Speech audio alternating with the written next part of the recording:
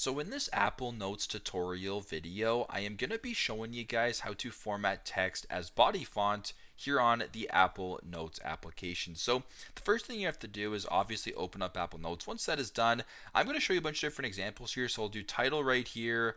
I will do body right here. So the title font right here. If I wanted to double tap that, go to the middle, press on capital A, lowercase a, where it says format, I'll press on title right here. That's the title font, for instance. So if you wanted to make this body font, double tap what you want to make body, press on the capital A, lowercase a right here.